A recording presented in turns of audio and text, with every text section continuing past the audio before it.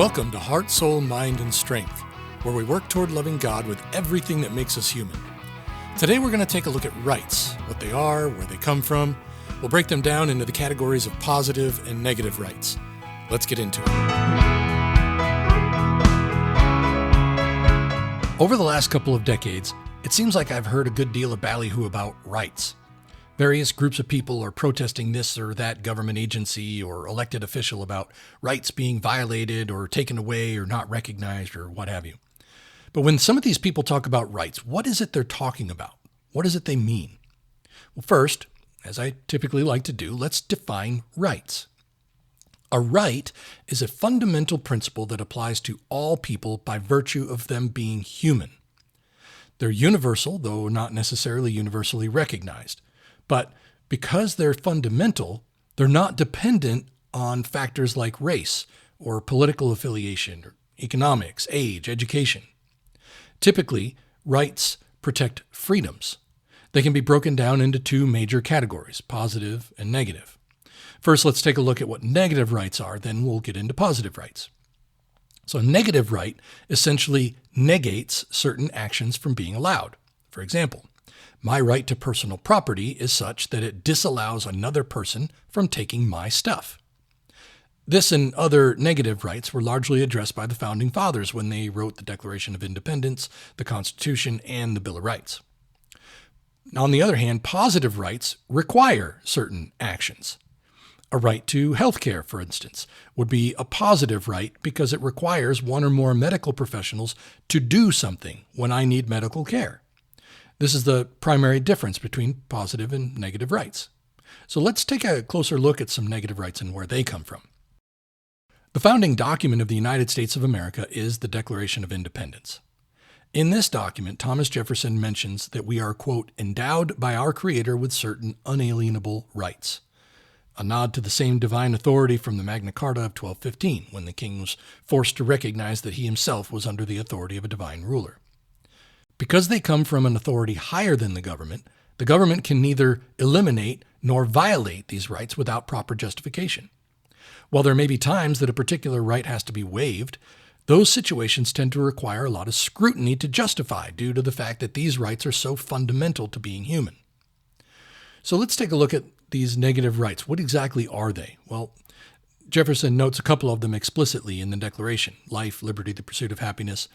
Other negative rights were recognized in the Bill of Rights, like free speech, freedom of religion, the freedom to bear arms, security of personal property.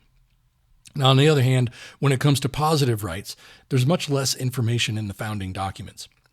Some of those could include things like the right to a speedy trial, mentioned in the Sixth Amendment, and also, while it may be somewhat more controversial, some could consider the General Welfare Clause in the preamble of the Constitution to be a positive right, though that one isn't quite as clear.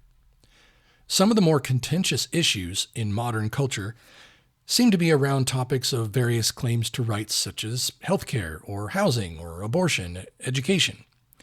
It should be noted that all of these would be more likely aligned with positive rights, since they all require someone to take action.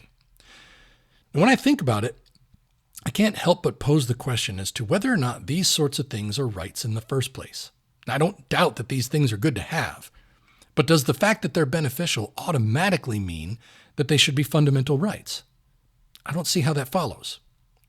For most of human history, people did not have rights to things like healthcare or education. It seems to me that if these were fundamental human rights, they would have had a priority earlier than just the last couple of centuries. However, education was long considered a privilege, exercised only by the wealthy or the extremely lucky. Healthcare is a particularly modern innovation. There could be some debate about whether or not progressive civilization, such as advances in medicine, could engender new rights that didn't exist before. So I guess an important question to ask is this: how do we determine that something ought to be considered a fundamental right? And how does this compare to something like privileges and entitlements? Well, again, let's go back and do some basic definitions. We've already defined rights, but let's take a look, for example, at privileges. A privilege is usually granted by some governing authority. It can be a national government, a state government, or local, or even just among a single family.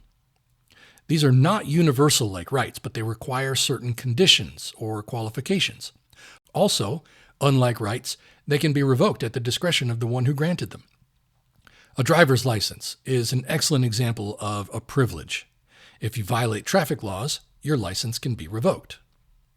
Now, what about entitlements? Like privileges, they are also not universal, and they also require certain criteria to be met in order to qualify for them. They're typically established by some level of government, by program or policy, and they tend to be tied to legal statutes or regulations. They can also be changed at any time based on political will or economic conditions or a whole host of other things. Social Security is a great example of an entitlement. There are certain eligibility requirements, and your payments can vary depending on your financial circumstances, among other things. So, looking back at something like healthcare, would that qualify as a right, a privilege, or an entitlement? Well, I think we can rule out privilege and narrow it down to being either a right or an entitlement, but which is it? Now, I would contend that it's more appropriately categorized as an entitlement because it seems to fit that definition much better. Others might argue that it ties in with the right to life. That seems like an important discussion to have. Now, as I mentioned, education was historically considered a privilege, right? So nothing about the concept of education has changed to suggest that it should now be a fundamental right. Although, maybe today it might more appropriately qualify as an entitlement than a privilege. Now, my point here is not to adjudicate whether or not these things qualify as rights or privileges or entitlements. It's merely to point out that there are differences between the three and that those differences matter. If we're going to claim a right, we need to accurately establish why it should be considered a right rather than a privilege or an entitlement. The reason this is important is because we tend to have a visceral, sometimes even violent reaction when our rights are being violated. And this is perfectly understandable when you understand what rights ultimately are. The violation of rights is basically like a violation to our very humanity. If we see things as privileges or entitlements, however, we might be disappointed if we lose them, but we're less likely to get quite as angry and violent in those cases. So it should be only after careful consideration that we categorize something as a fundamental right in order to avoid going to war over something that may not warrant that level of retribution. Understanding the differences between these categories is more than a merely academic exercise. By recognizing these distinctions, we shape and inform how we respond to any changes or challenges to our freedoms, values, or benefits. Until next time.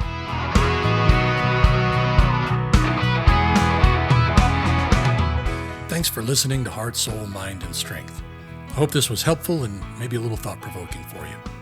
Please stop by the website, put in your email so you get any new content, and I'm often adding more content to the resource page, so make sure you get to the site regularly. You'll find a link to the website in the show notes. Finally, you can find us on Apple Podcasts, Spotify, YouTube, and just about any other podcast player. So make sure to like, share, subscribe, leave a comment, and tell all your friends about it. Until next time.